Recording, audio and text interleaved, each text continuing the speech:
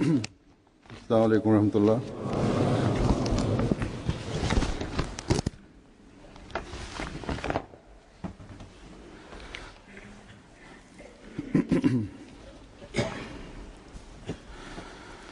अशहदु अल्ला इलाहा इल्लल्लाह वहदहु ला शरीका लहु وأشهد أن محمدا عبده ورسوله أما بعد فأعوذ بالله من الشيطان الرجيم بسم الله الرحمن الرحيم الحمد لله رب العالمين الرحمن الرحيم مالك يوم الدين إياك نعبد وإياك نستعين اهدنا الصراط المستقيم صراط الذين أنعمت عليهم غير المغضوب عليهم ولا الضالين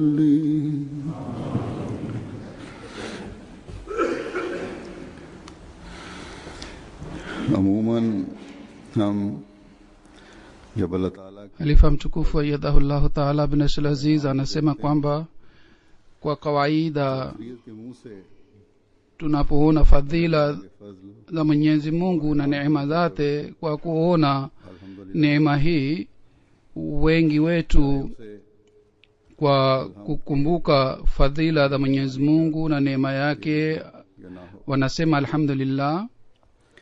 एक माहौल में उठान की वजह से hata kama mwingine hajui maana halisi ya alhamd ni nini, lakini anasema alhamd, तकल्लुफ नहीं कहा जाए na kwa sababu ya mazingira अल्लाह जरूर कहना yanayopatikana कामिल ya kusema alhamdulillah. को भी Kwa mazingira haya yeye anasema alhamdulillah hata kama yeye haelewi maana yake ni nini. अल्फाज जरूर कहे जाए। Yule ambaye hana elimu sana, yeye pia तारीफ की तरफ इशारा करते anajua kwamba analazimika kusema maneno haya ya alhamdulillah, na maneno haya yanamsifu sifa za Mwenyezi Mungu. खुशी पहुंच रही हो Basi manajumuia katika अल्लाह ताला के फजल नाज़िल हो रहे हो kila hatua anapopata hatua, या किसी भी तरीके से yeye anapoona fadhili za Mwenyezi Mungu zinashuka juu yake au neema yake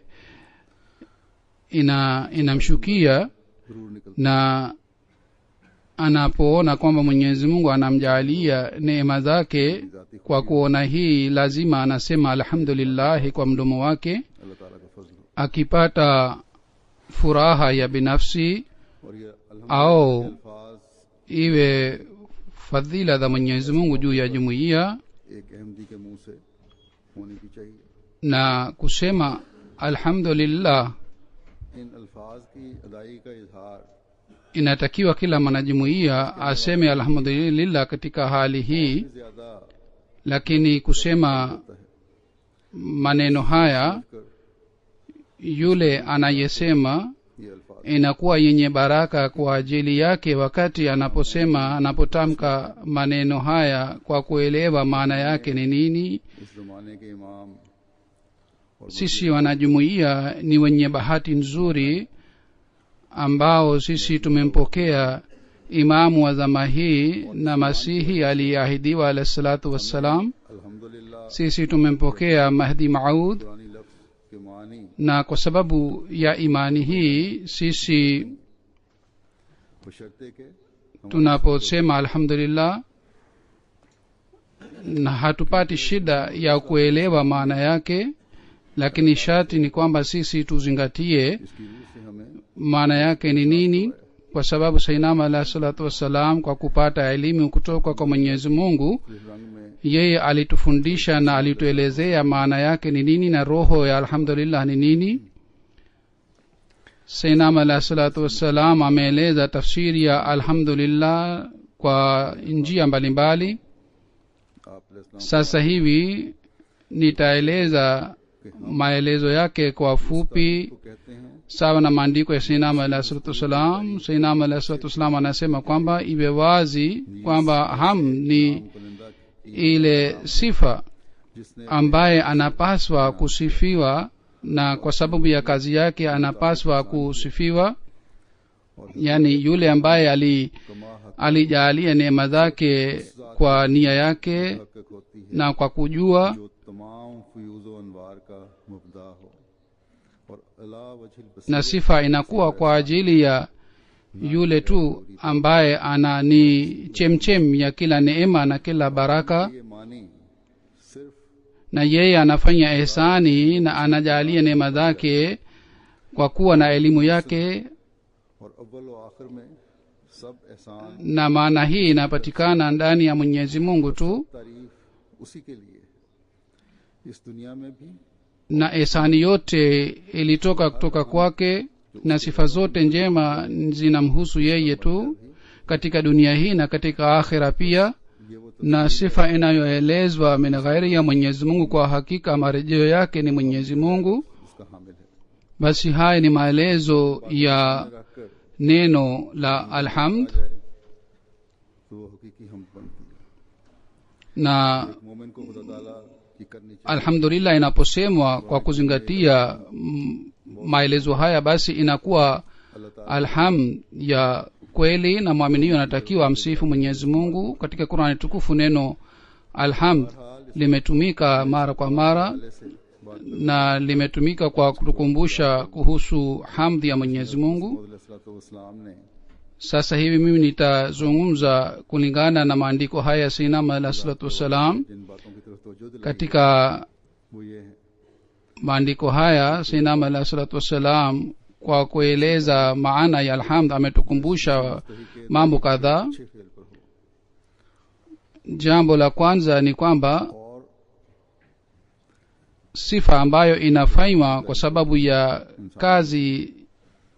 kazi nzuri, फरमाया कि जो तारीफ का मुस्तहिक है और तारीफ watu wengine pia wanasifiwa katika wanadamu pia, lakini amesema kwamba yule ambaye anastahili na anapaswa asifiwe बस एक बात तो ये ध्यान में रख yeye ni Mwenyezi Mungu, na hakuna anayeweza kusifiwa zaidi kuliko Mwenyezi Mungu. Inatakiwa ikumbukwe jambo hili kwamba sifa zote zinamhusu Mwenyezi Mungu, kwa sababu ya hii kwamba yeye anastahili na anapaswa asifiwe. अपने इरादे से इनाम दिया Kisha anasema sayyidina alayhi salatu wassalam kwamba yule ambaye जब नाज़िल होते anatujalia neema zake kwa kujua kwamba anatujalia, ज्यादा basi inam na zawadi ya Mwenyezi Mungu na baraka ya Mwenyezi Mungu inapopatikana, ताला बाज़ दफ़ा wale wanaopokea रहमानियत का जलवा दिखाते हुए neema ile बगैर किसी अमल ile neema ni kwa sababu ya nia ya Mwenyezi Mungu, si kwa sababu ya amali ya mtu. करने वास्ता है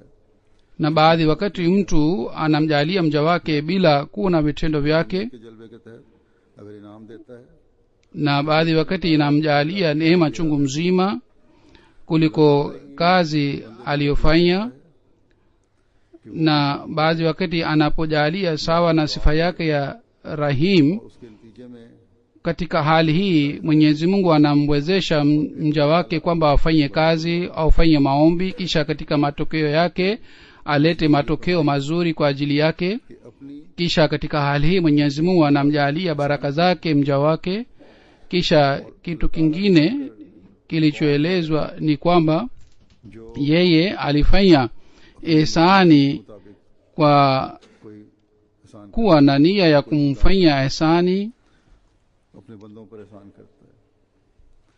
अल्लाह ताला चाहता है कि अपने बंदों पर एहसान करे, yani anafanya ihsani juu ya waja wake. Mwenyezi Mungu anataka kwamba afanye ihsani juu ya watumishi wake, और जब अल्लाह ताला के वादे kwa sababu rehema yake ni pana sana na ni juu ya kila kitu. और एहसानों की Kisha ahadi za Mwenyezi Mungu inapokuwa sawa na idhini yake, katika hali hii अहाता भी नहीं कर सकते। neema na baraka inayopatikana, ये सूरत हाल इस दौर में हमें mvua ya neema inakuwa ya aina hii kwamba mtu hawezi kukusanya ile neema.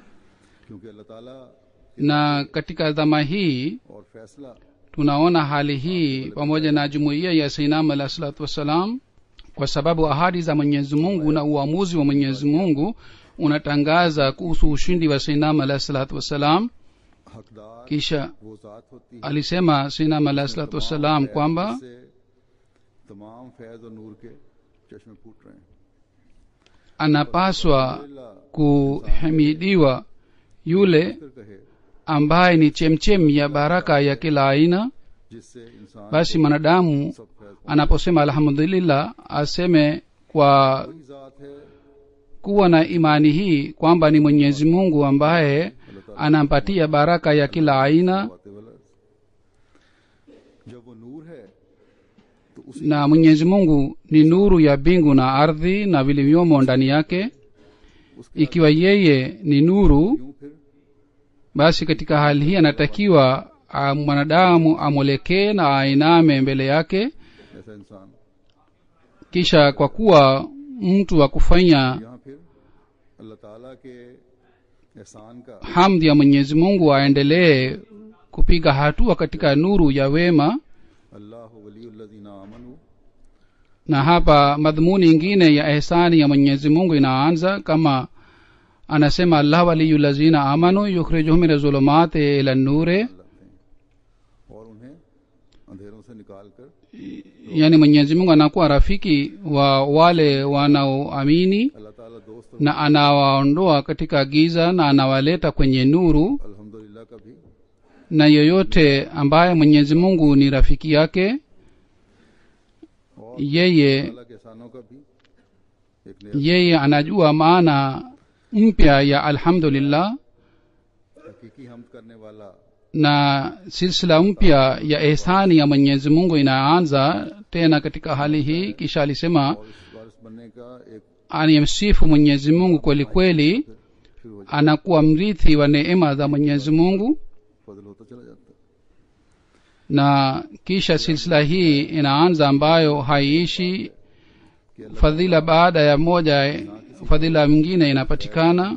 Kisha alisema Sayyidina alayhi salam, hii pia ikumbukwe kwamba बल्कि Mwenyezi Mungu hafanyi ihsani kwa mtu yeyote bila kuwa na elimu yake, कि मैं ये एहसान कर रहा हूँ और इस एहसान bali anafanya ihsani kwa kujua, लेकिन बंदे को na anajua kwamba anafanya ihsani juu ya mja wake, na wala hataki apate ujira ya ihsani yake, bali alimwambia अदा करोगे mja wake kwamba mkishukuru na mkiendelea kufanya hamd kweli kweli na mkiendelea kutimiza haki ya binadamu, la azidannakum, बढ़ते चले जाएंगे। yani nitawazidishieni katika hali hii. इनामात Neema hii na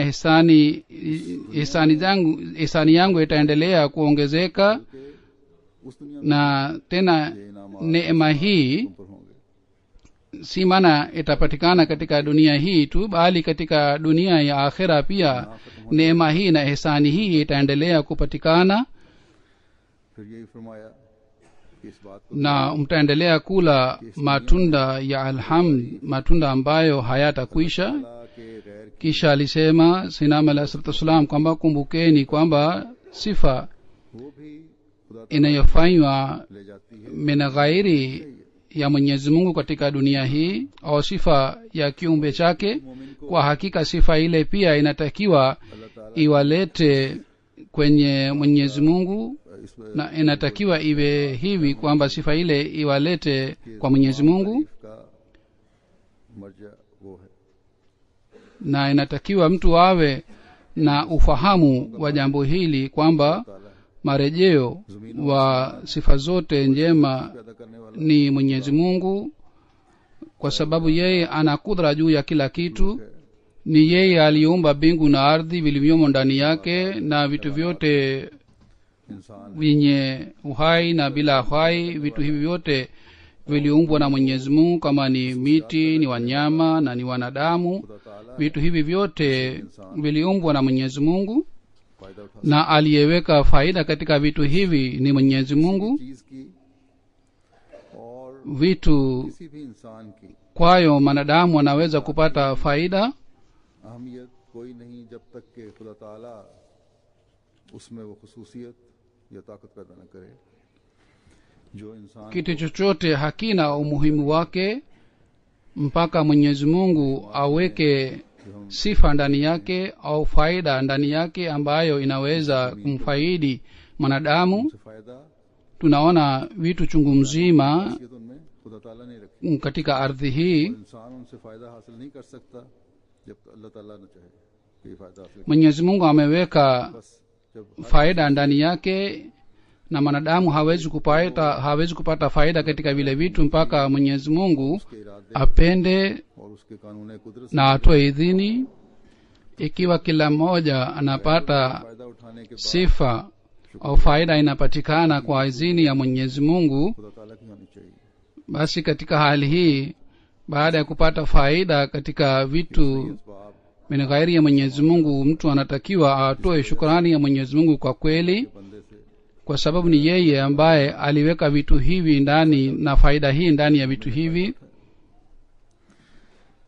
हाँ ये भी हुक्म है Na kwa sababu ya hii mtu au mwaminiwa alipata faida katika vile vitu, तो उसके भी शुक्रगुजार बनो।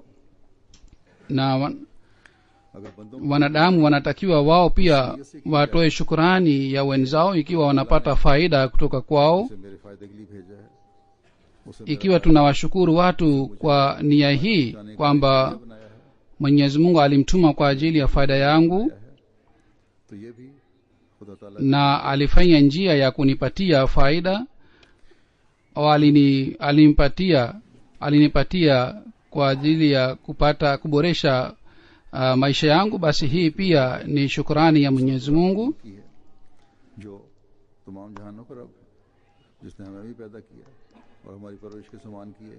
Na shukrani hii ni ya mwenyezi mungu ambaye ni mungu wa walimwengu, aliyetuumba ये नहीं समझ na aliyetulea, कि इस na vile vile aliumba vitu vingine. मेरे ये काम हुए Katika hali hii mtu hamfai mtu yeyote kuwa mungu wake, रब फिर हकीकी रब अल्लाह wala hawezi kuwa na imani hii kwamba kwa sababu ya mtu fulani kazi yangu ilifanyika. मोमिन की शान है कि जब Katika hali hii mungu mkweli anakuwa mungu ambaye ni rabbul alamin. तो एहसान का मंबा खुदा ताला की जात Mwanadamu anapomshukuru mwenzake kwa sababu ya ihsani yake, से na katika hali hii pia anaona kwamba chemchem ya ihsani ya mwenyezi mungu, तो इस नेक सलूक की वजह भी खुदा ताला की जात को समझ bali anapoona ametendewa vizuri na mtu fulani, na katika hali hii pia anaona kwamba ametendewa kwa fadhili za mwenyezi mungu, मोमिन की सोच yani aliyeweka wazo la moyo wa mtu fulani kwa kunitendea vizuri.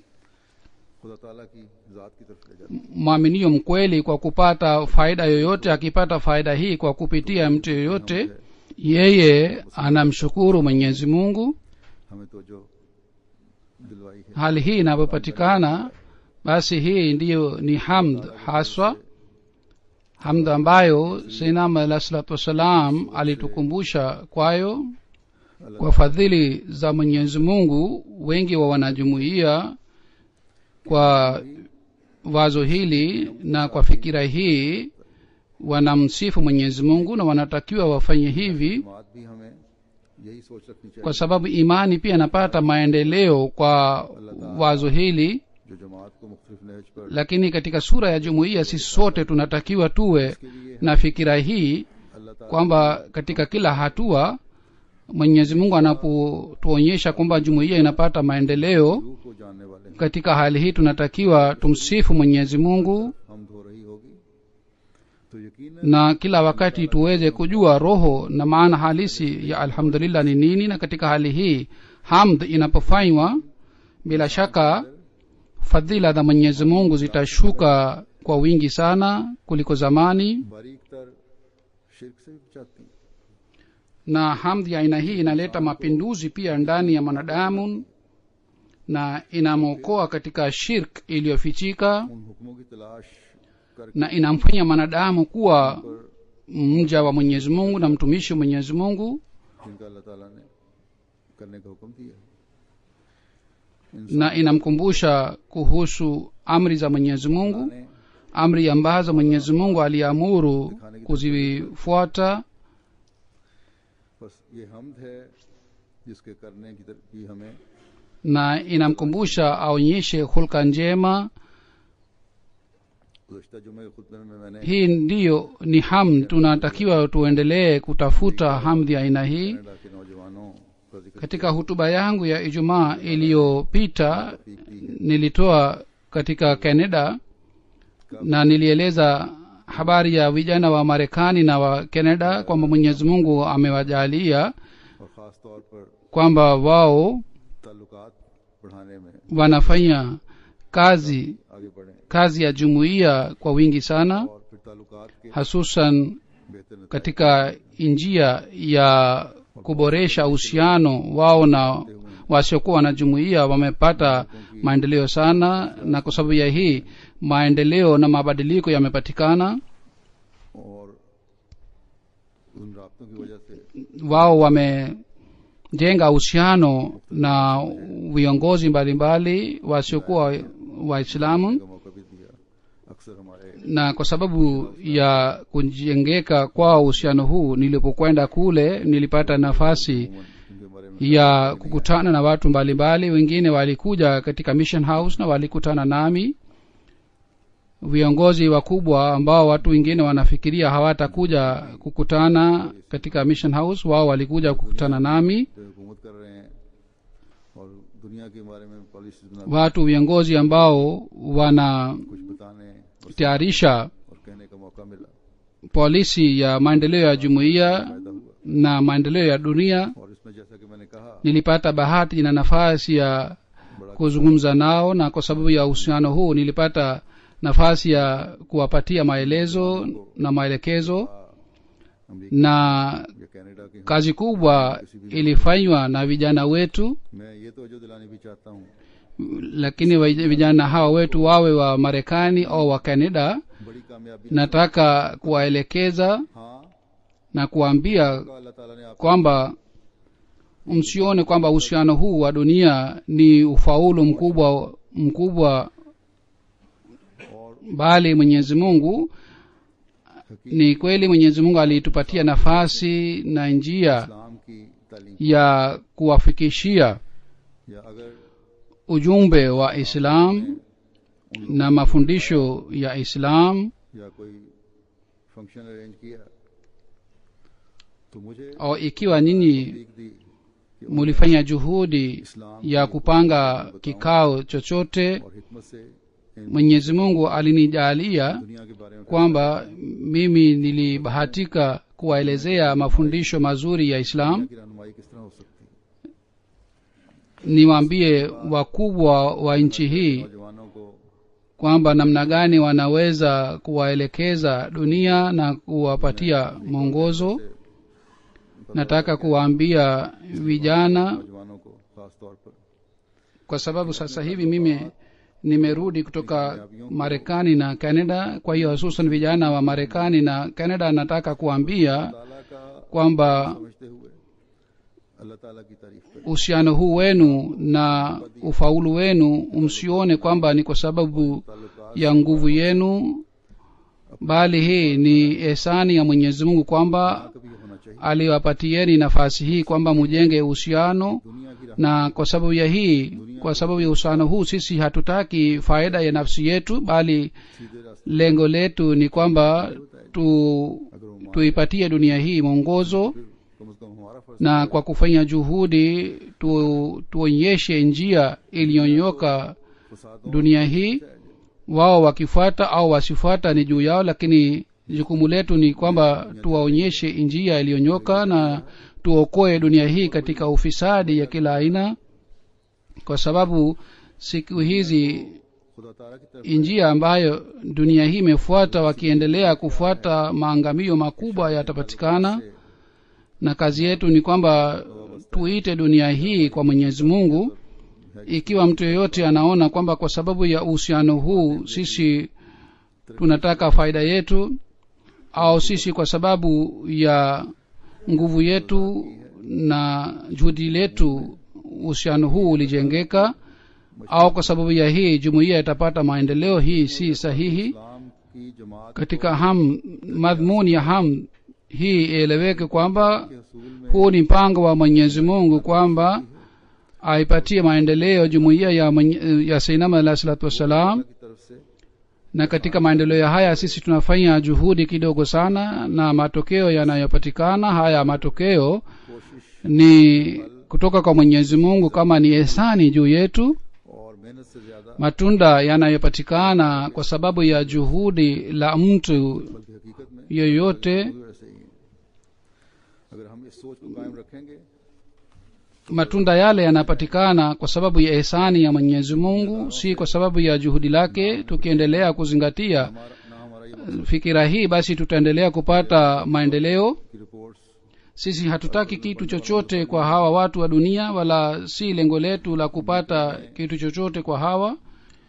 Wasomi wa gazeti ya Al-Fazl labda wamewahi kusoma taarifa ya ziara yangu ya Canada na Marekani. बैठकर Marekani mahali ambapo unaitwa Capitol Hill, इत्तेफाक हैं mahali ambapo kwa kukaa viongozi एक फंक्शन भी wanafanya uamuzi kuhusu nchi yao na kuhusu dunia. Kule मालफीन ने kikao kilifanyika katika ukumbi ule, na niliwahutubia viongozi. उछालने की कोशिश की खासतौर पर पाकिस्तान में, ताकि हम Wapinzani wetu भड़काया जाए।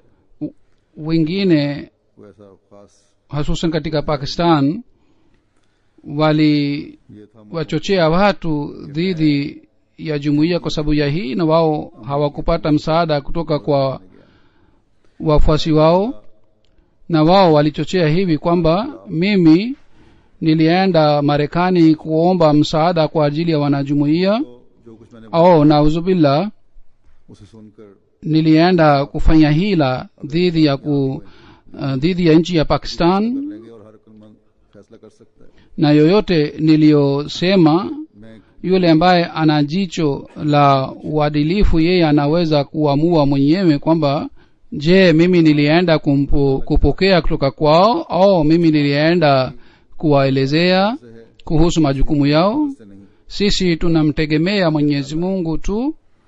Maendeleo ya jumuiya ni kwa fadhili za Mwenyezi Mungu, si kwa msaada wa nchi yoyote, wala hatuna wazo la aina hii mioyoni mwetu. करने वाले Ikiwa kuna swali la hila, का ना पाकिस्तान के sisi wanajumuiya sisi tunapenda nchi yetu zaidi kuliko hawa watu. ना इसके कायम रखने में कोई किरदार Hawa watu ambao hawakutoa sehemu yoyote katika और तबाही की तरफ ले जा रहे हैं। kujenga Pakistan, bali hawa watu kwa mikono yoyote wananyang'anya mali ya nchi na wanaendelea kufukuza nchi katika maangamio.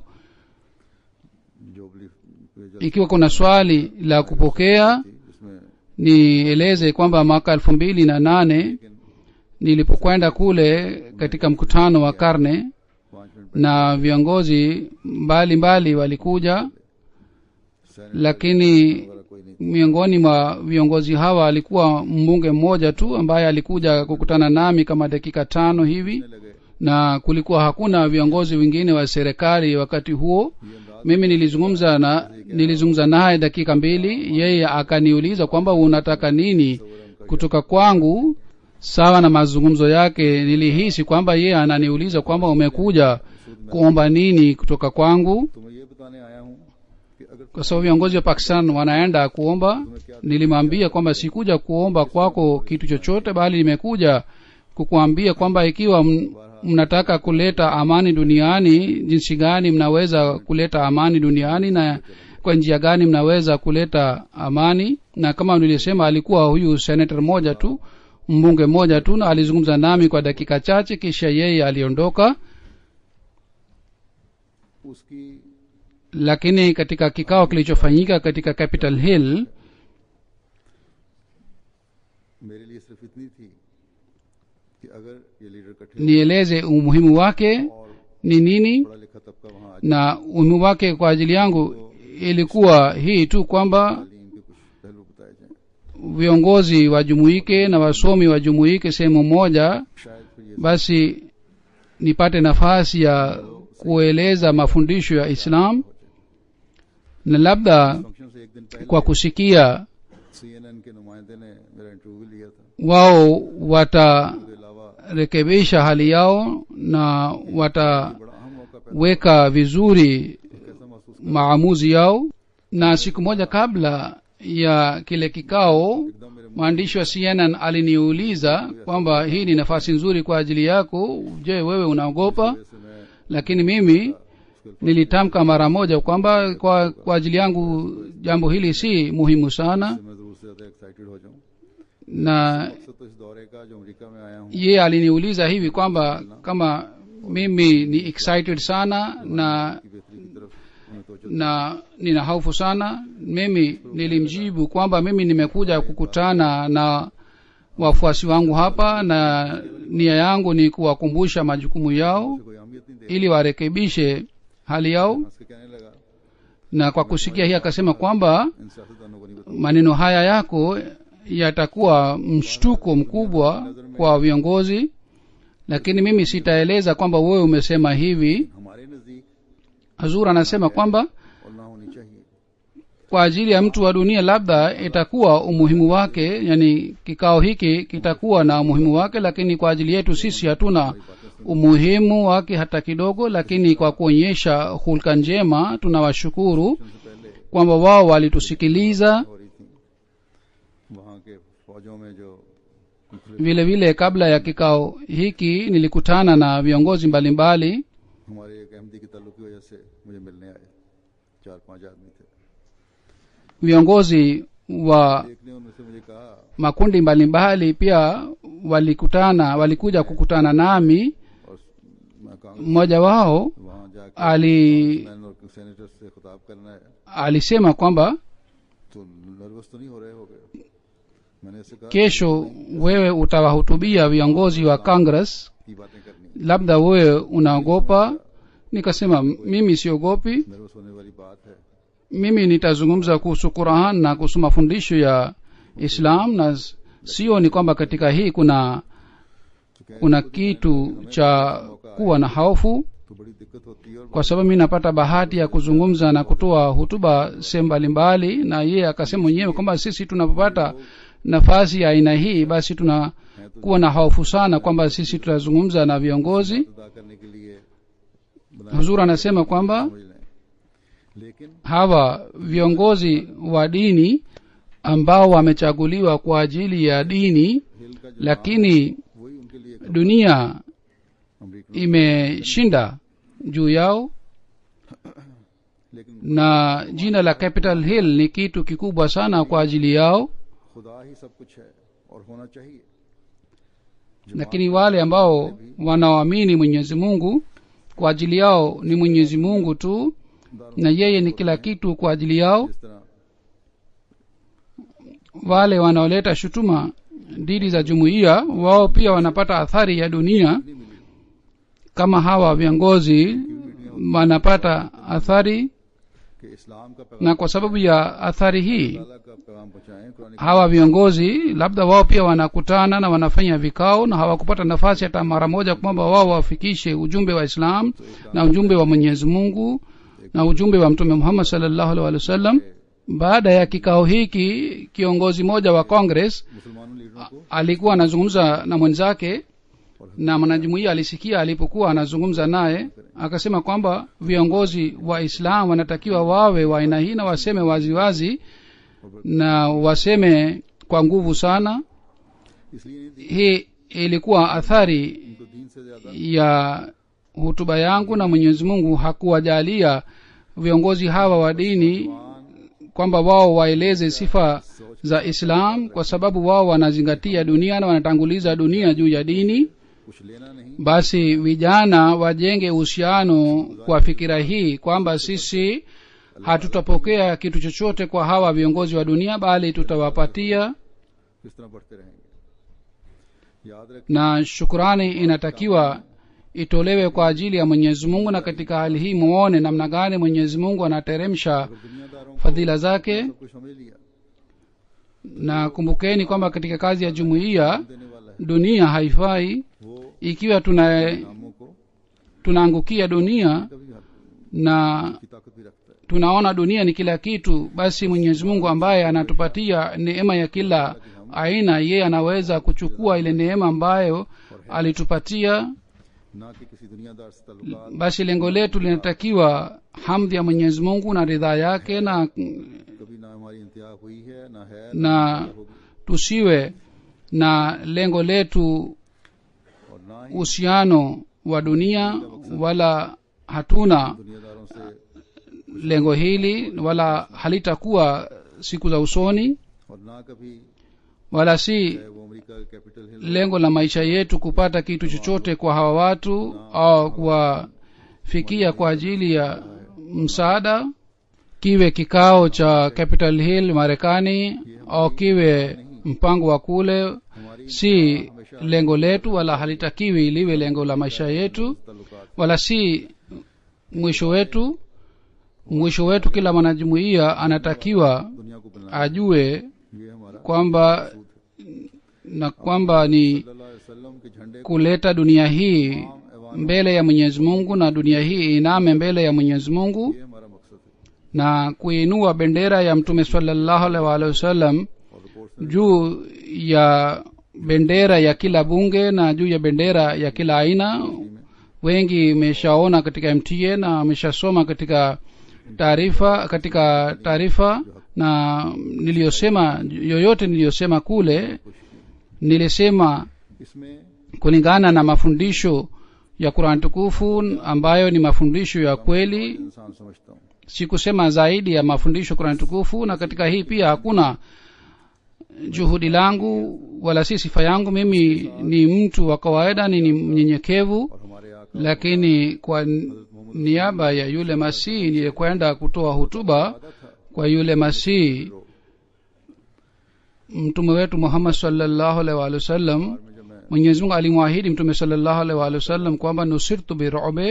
तो यही मुझे ख्याल आया, Wakati wa kwenda kule, nilipokaa garini, nilikuwa nafanya dua hii और na पहले तो कोई मुझे सोचने का मौका भी नहीं मिला। nikapata wazo hili kwamba watu wanasema kwamba kile ni kikao kikubwa sana, na kabla ya hii nilikuwa sikufikiria hata kidogo kwamba kile kikao ni kikubwa, bali nilipokaa garini nikapata wazo hili na nikaomba, Mola wangu, mimi naenda kwa niaba ya Masihi wako na napeleka ujumbe wako, basi ile ahadi ya ru'ub na kuwa na hofu ya aina fulani, basi देखा और इस्तेमाल भी किया, बल्कि ile hali nionyeshe leo.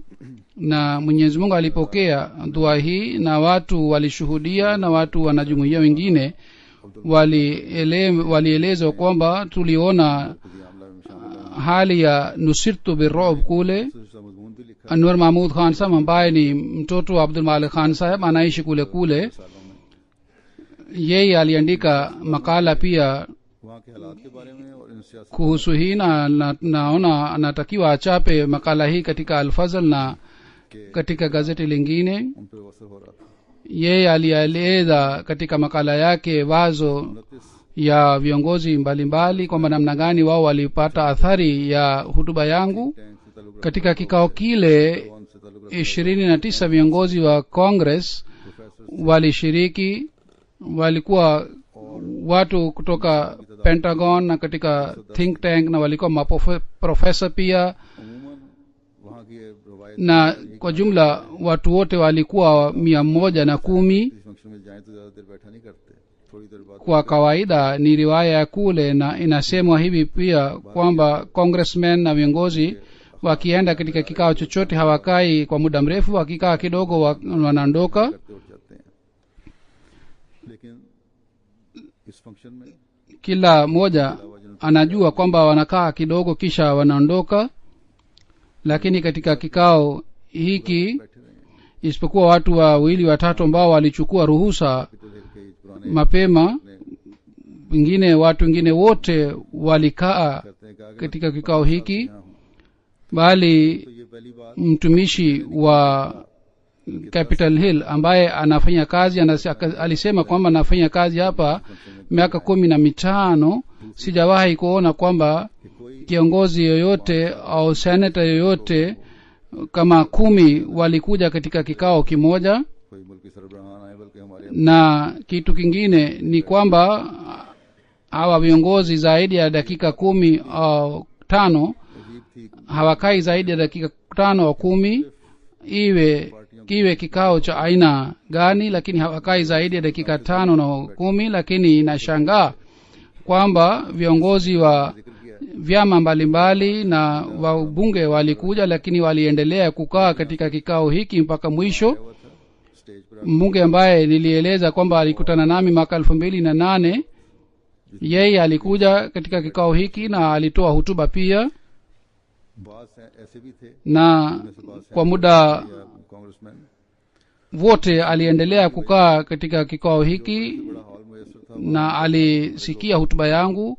Wapo wengine viongozi wengine walikuwa wabunge, घूम के लाता है wao walikuwa wamesimama, na kikao hiki kilifanyika katika ukumbi mkubwa kule na unaitwa Gold Room, ये लोग na ukumbi huu ni mkubwa kushinda vyumba vyote. और वो बातें सुन Lakini kwa sababu ya upungufu wa viti, viongozi waliendelea kusimama na waliendelea साफ करो, kunisikiliza ये बातें वो यही थी, na waliendelea साफ करो, kusikia mambo ambayo labda yalikuwa kinyume na fikira zao, kwa sababu mimi niliwaambia fanyeni uadilifu. Ikiwa hamfanyi uadilifu, छोटी कौमों का ख्याल basi katika hali hii अमन कायम कर, hamwezi kupata nguvu juu ya serikali ingine. Mataifa makubwa yaangalie mataifa madogo, kwa sababu hii ni muhimu sana kwa ajili ya kuleta amani. दूसरे मुल्कों की दौलत, Katika Umoja wa Mataifa inatakiwa ये बातें मैंने उनको कही थी, और ये ऐसी serikali ya dunia nzima ikae pamoja, na कुछ पुरानी mataifa makubwa yasione mali ya nchi zingine. Na hayo yote nilisema kulingana na mafundisho ya Qur'ani tukufu. वहाँ जो अफ्रीकन अमेरिकन है, Baada ya hutuba yangu, मुझे तुम्हारी kuna congressman mmoja ambaye ni Muislamu na ni Afro American. वो लोग भी जानते हैं, Ye akasema kwamba nimependa sana kauli yako hii kwamba कहा msione mali ya watu wengine kwa tamaa na msipate mali ya watu wengine kwa tamaa. और ये कांग्रेसमैन का तब Akasema inatakiwa कि ये पैगाम hutuba yako ichapwe na ipelekwe kwa kila mtu. America को जरूरत है आज, Congressman moja, बस yani mbunge moja, alisema kwamba तालीम ujumbe huu ni ujumbe ambao Marekani inataka siku hizi, असर होता है या नहीं, या आर्जी तौर पर असर हुआ है तो कब जायल हो जाए, na kuwafikishia ujumbe wa Islam hawa watu ilikuwa kwa fadhili za Mwenyezi Mungu. वाज़ेह हो गई है, बस असर Hawa wamepata athari au hawakupata athari, hii ni juu yao, lakini mafundisho ya Islam yamekuwa wazi juu yao. Kwa hakika huu ni mpango wa Mwenyezi Mungu ambaye alipanga, na kila mwanajumuiya anatakiwa akumbuke jambo hili. तो दुनिया भी Vile vile महफूज रहेगी, niliwakumbusha viongozi mbalimbali walipokuja kukutana nami kuhusu uadilifu. Katika hali hii dunia itasalimika katika ufisadi. नौजवान Ikiwa hali hii haipatikani, basi kudra ya Mwenyezi Mungu itafanya kazi yake. Katika Canada pia, kwa fadhili za Mwenyezi Mungu, और पुराने katibu wa उन्होंने कायम किया है, mambo ya nje, yeye amejenga uhusiano mzuri na watu wa zamani na watu उन्हें मौका wapya. के जमात के किसी काम आ सकें और हक और इंसाफ Basi yeye pia anatakiwa amshukuru Mwenyezi Mungu. Mwenyezi Mungu amemjalia kwamba amepata nafasi ya kuitumikia jumuiya na kufikisha ujumbe wa haki. पूरा अमन बनाने के लिए इन बूढ़े Viongozi mbalimbali walikuja na nilikutana nao. इसी तरह पढ़े लिखे तबके को भी समझाना जरूरी है। kwa ajili ya kuleta amani dunia ni muhimu tuwapatie mwelekeo hawa viongozi, na vile vile kuna muhimu kuwapatia mwelekeo wasomi. Safari hii vikao viwili vilifanyika. Kikao kimoja kilifanyika kuhusu Tahir Hall. Wananchi wa Canada walishiriki kwa wingi na wanasiasa pia walishiriki. Mimi nilipata nafasi ya kueleza sawa na mafundisho ya Islam, na wao walitoa maoni yao kwamba waliathirika sana. Mwenyezi Mungu ajalie kwamba athari hii iweze kubadilisha fikira zao. Nieleze kuhusu kikao hiki jambo hili pia, kwamba idara fulani ya serikali iliahidi kwamba itatoa milioni 2.5 katika ujenzi na nusu katika ujenzi wa Tahir Hall. Nilipopata taarifa niliwaambia kwamba fedha hii irudishwe kwao kwa shukrani. Ikiwa jumuiya ina uwezo, basi jumuiya ijenge Tahir Hall, na Mwenyezi Mungu alijalia jumuiya kwamba jumuiya imejenga Tahir Hall kwa kutumia mamilioni.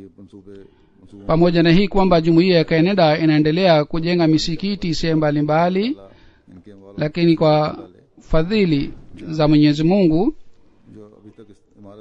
jumuiya ya Canada ni jumuiya ya kutoa muhanga na kujitolea sana. Mwenyezi Mungu aweke baraka katika mipango yao yote.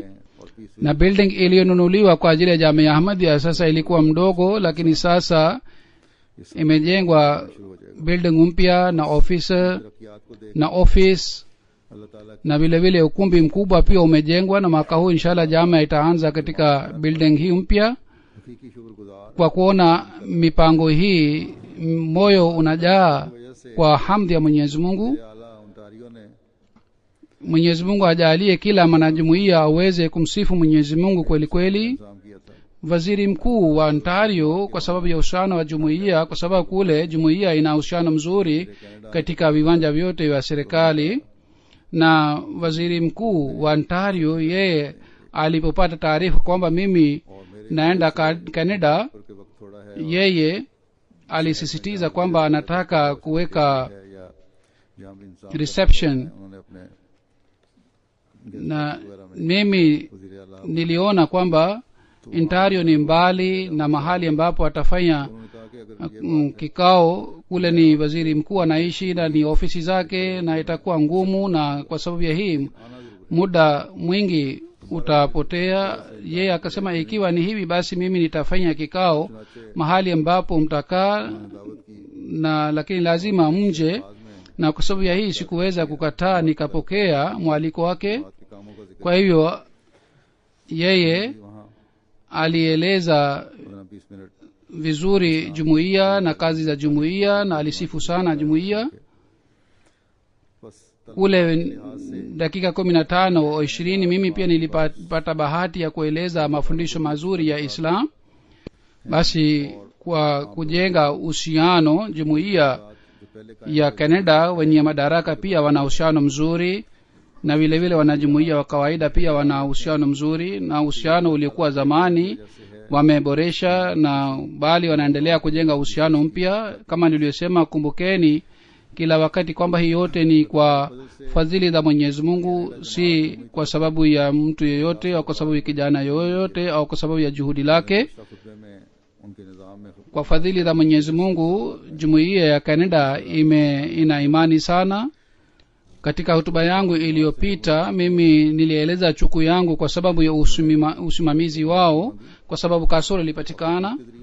Nilipokutana na wanajumuiya, wao waliomba msamaha kwa kulia sana, na kwa kuniandikia pia waliomba msamaha.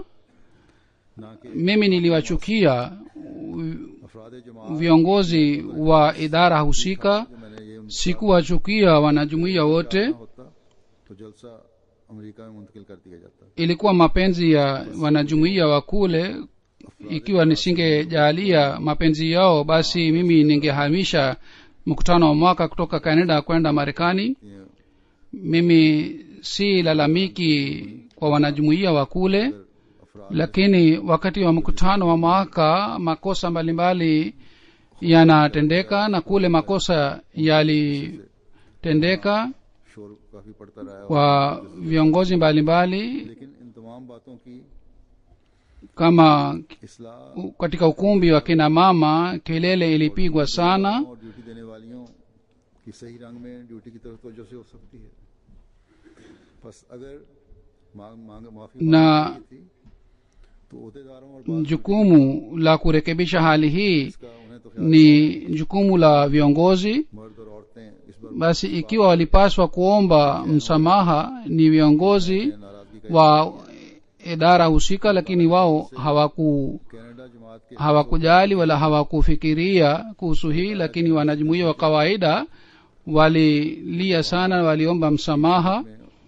पहली बात Azura anasema kwa kuona mapenzi ya wanajumuiya wa Canada moyo unajaa kwa hamdi ya Mwenyezi Mungu. पार दूसरी तरफ भी Katika Peaceville हो गई है, तकरीबन watu walikuwa wakiishi, lakini sasa घर ऐसे अहमदियों के kuna sehemu ingine imejengwa pale karibu, na kule nyumba takriban 1,000 imejengwa, na kwa sababu ya hii wako watu wanajumuiya wengi kule, इखलास वफा को na kila wakati ilikuwa ikionekana kule kama nipo katika mazingira ya jumuiya.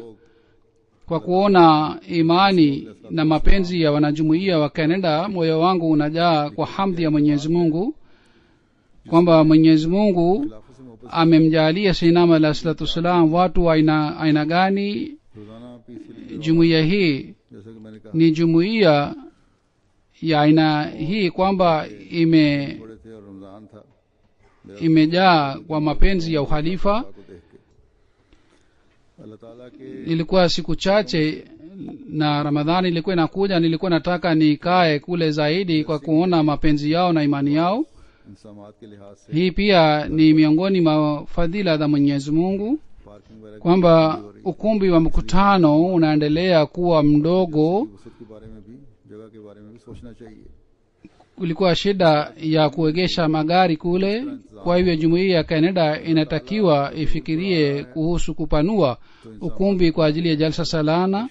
Wao wasiwe na fikira hii kwamba namna gani mpango huu utafanywa. Ikiwa Mwenyezi Mungu anaendelea kuongeza idadi ya wanajumuiya, yeye atafanya mpango mwenyewe, बात मैं ये कहना चाहता lakini muhimu ni kwamba mtoe shukrani ya Mwenyezi Mungu na mumuabudu Mwenyezi Mungu kweli kweli. हूं के refugee Nataka kuambia wanajumuiya wa Canada na wanajumuiya wa Canada Marekani चाहिए कि अल्लाह ताला ने kwamba wanajumuiya wengi wamekuja kutoka Pakistan. जज्ब करने के लिए Wao wanatakiwa wakumbuke kwamba Mwenyezi Mungu बजाय amewafadhili, ताला से na kwa ajili ya kupata fadhila za Mwenyezi Mungu zaidi, उसकी badala ya kuangukia dunia, नौजवान खास तौर पर mujiungane na Mwenyezi Mungu का जिस कदर na muzingatie ridhaa yake kila wakati. शुक्रगुजार Vijana wakumbuke hasusan आप उसकी हम करें, kwamba अल्लाह ताला के फजल बढ़ते चले जाएंगे। पाकिस्तान से जिन तकालीफ ikiwa mkimshukuru Mwenyezi Mungu हमेशा याद रखें। na mkimsifu Mwenyezi Mungu, basi katika hali hii fadhila za Mwenyezi Mungu zitaendelea kushuka. Kumbukeni wanajumuiya ambao wamekuja kutoka Pakistan, katika hali hii mtamkumbuka Mwenyezi Mungu pia.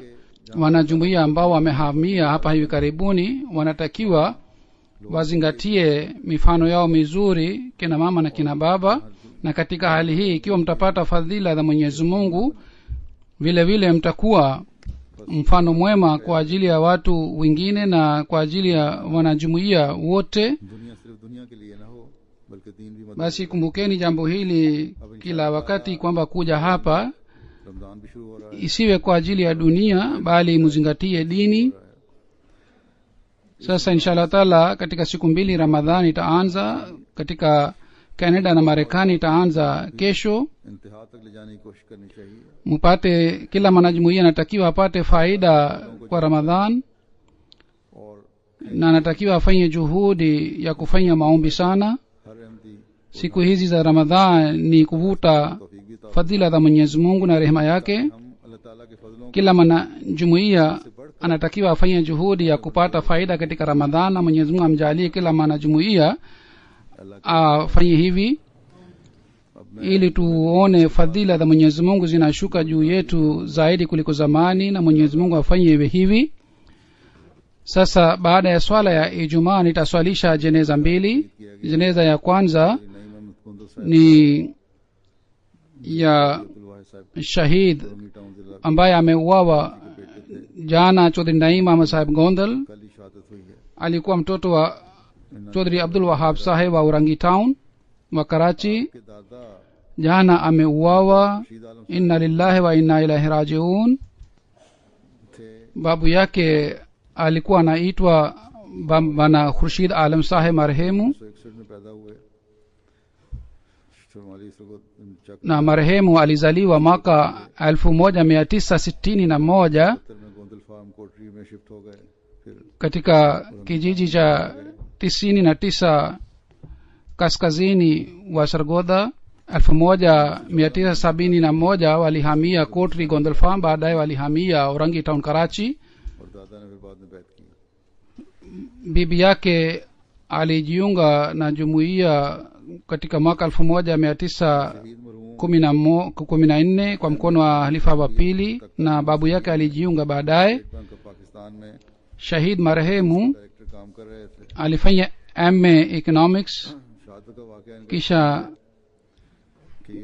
alikuwa anafanya kazi assistant director katika State Bank wa Pakistan. Tukio la kuuawa kwake ni hivi kwamba tarehe 19 wa Julai saa 2:15 alitoka kwa nyumbani kwake kwa ajili ya kwenda kazini, na alikuwa akipita katika mchochoro mdogo, na kule mbele gari ilikuwa ikija kwa ajili ya kumchukua, na alipofika katika mchochoro ule mtu mmoja alipiga risasi katika kichwa chake, na Naim Ahmad Gondal Sahib alifariki papo hapo. Inna lillahi wa inna ilaihi rajiun. Tangu miaka 11 alikuwa rais wa jumuiya ya Urangi Town.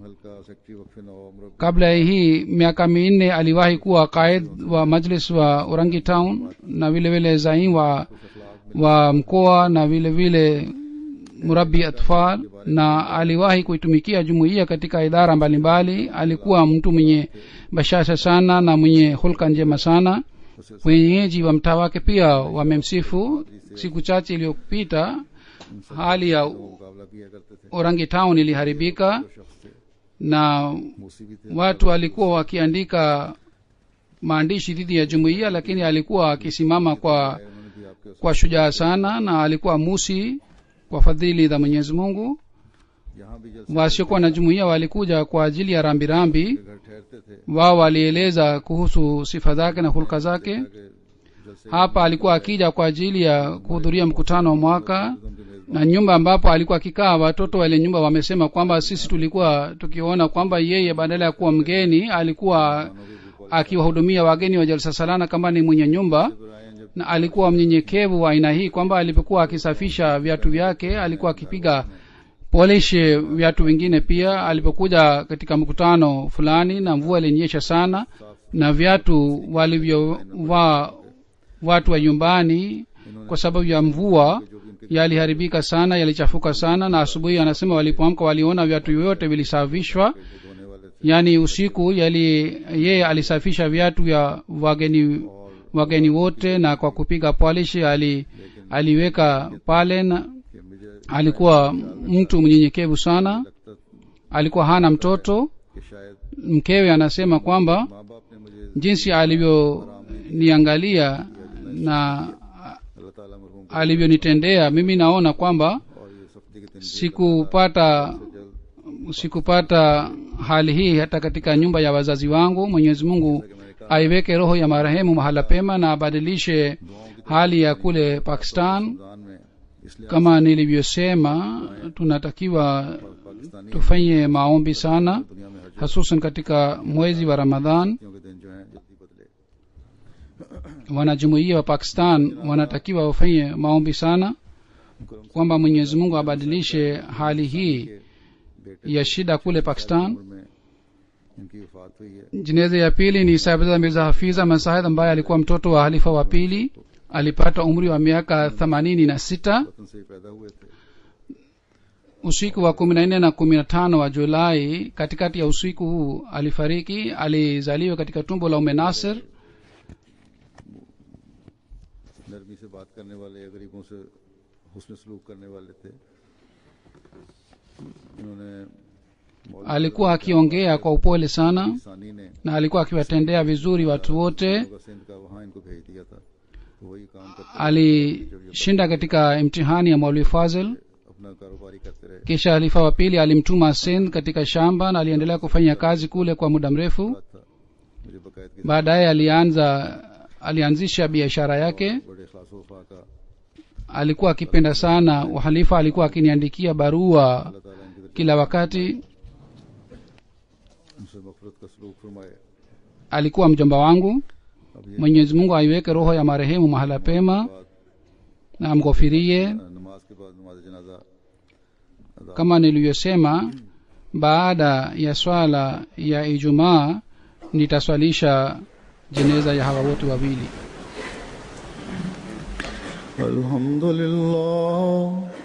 الحمد لله نحمده ونستعينه ونستغفره